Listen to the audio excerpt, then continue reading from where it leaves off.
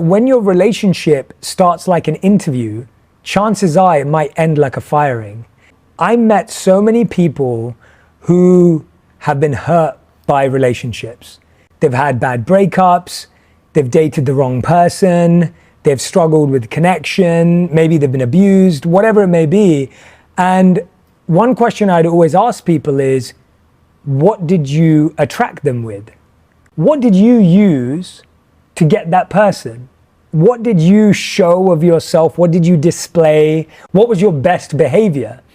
And what I've discovered is that when your relationship starts like an interview, chances are it might end like a firing.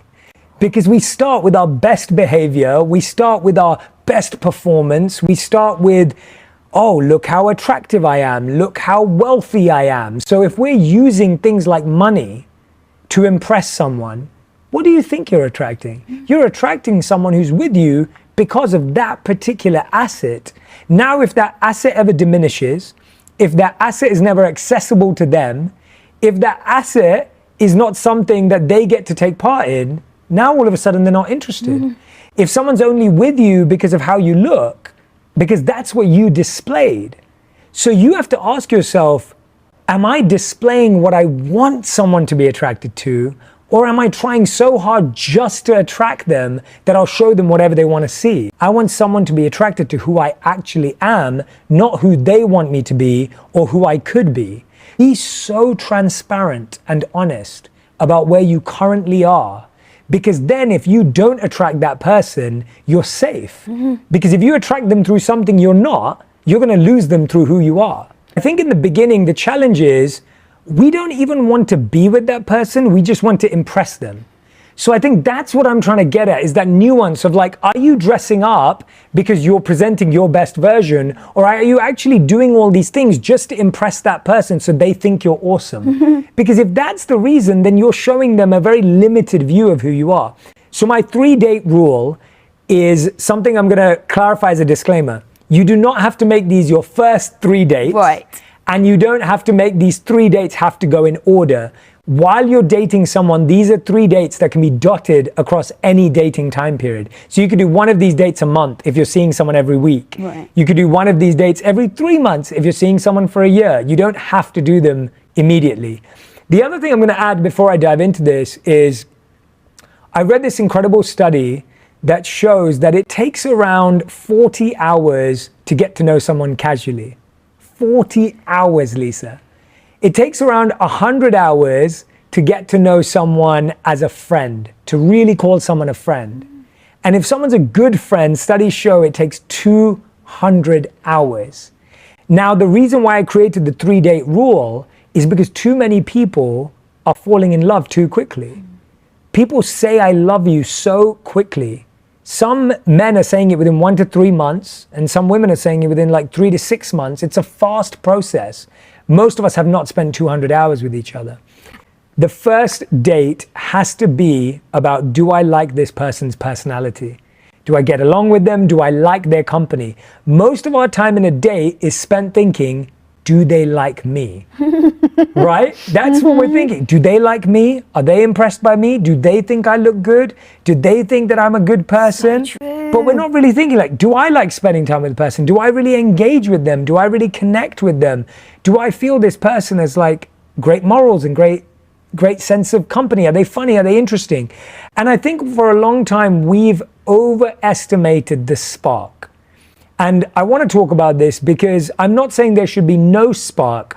I think the problem is when relationships are built on sparks, not skills. And I think what you're really looking for is there a spark and skills, or am I only seeing spark and no skills? And the problem is when we see a spark, we assume that the person has the skills. And when you say the skills, you mean? I mean, like when we get to skills, I'm talking like, does this person know how to communicate with you? Right. Does this person know how to listen to you? Does this person know how to make you feel seen and heard? Does this person want to develop skills with you of fighting better, disagreeing better, debating better? Are they wanting to grow them even if they don't have them? And what I find is that when we find the spark with someone, when we feel chemistry with someone, we assume that they're organized, good people who will treat us well, right? We've all done that. You find someone attractive and you find someone articulate and you think they must be amazing at everything. And you just assume that. You never ask, you never check. So that's date one. Do you like their company? And the way the test is, do I want to spend 200 hours getting to know this person? It's a great test, 200 hours, because that's what a long-term relationship's gonna need. Second date, do I respect their values? This one's really big because I find that we don't often really understand our partner's values till much later. We don't really know what they care about, or we're hoping we care about the same things. I think you and Tom can relate to this, and me and Radhi can too. I don't think we prioritize the same things in the same way. Right. I think we have different values. And I think a lot of people live in this social media world of like, find someone who has the same values, like and I'm like, well, that may take your whole life. You may never find the person who has the same values. So in second date, you're trying to understand their values. What do they care about most? What's their biggest priority? You can tell some of this by what people talk about. If someone's always talking about their business, it's obvious what they care about the most. That doesn't make them a bad person or a good person. They're showing you. If someone's always talking about their mom and their dad and their family, it's obvious that their family is their heart and soul. You're one of those people. You're always talking about your family, and it's beautiful. And then you meet someone who's always talking about money. They're always talking about real estate. They're showing you what they care about. And we don't often take that note. We take it a different way. So the way I look at this is I often ask clients to make a list of their top 3 priorities in their life, including themselves. And most often what I'll find is someone will say, you, i.e. my partner, the kids, and then me. And that's common. The one that's a bit more rare is where the person says me, as in myself at the top, you, and then the kids. And the common reaction is, how can you put the kids third? Like, how did you put the kids third? And the person's going, well, no, I had to put me first, because if I'm strong and I'm steady, then I'll give more to you. The reason I bring that prioritization up is, what are your partner's top values? So for Radhi, my wife, her top value is family. We know that, right? You know Radhi well. She loves her family. She adores her family. Any conversation is about her family. Any gift is about her family. Everything's about her family. And then me, mine's my purpose and my service. If you talk to me, I'm thinking about how to serve the world. I'm thinking about how to make an impact. I'm thinking about how do I get these tools accessible to anyone and everyone? Like, how do we really cascade these teachings across the world? Very different values.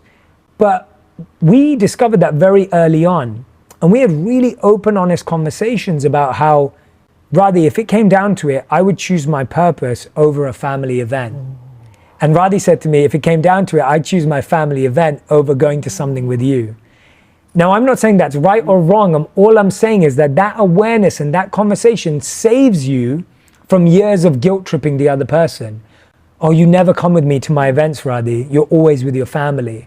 Oh, you never ever like show up for me when I'm traveling because you're traveling with your family. We don't have that conversation because I'm really aware of her values. So that's date 2. And date 3 is, am I committed to helping them achieve their goals? Do I want to see this person? Am I ready to go to any extreme, any level to see this person become the best version of themselves that they want to be? Am I willing to be there with them, holding their hand, helping them get there? If we're going to climb a mountain and they're climbing a different mountain, I'm going to help them climb theirs. And I find that most of us don't even know what our partner's greatest goals are.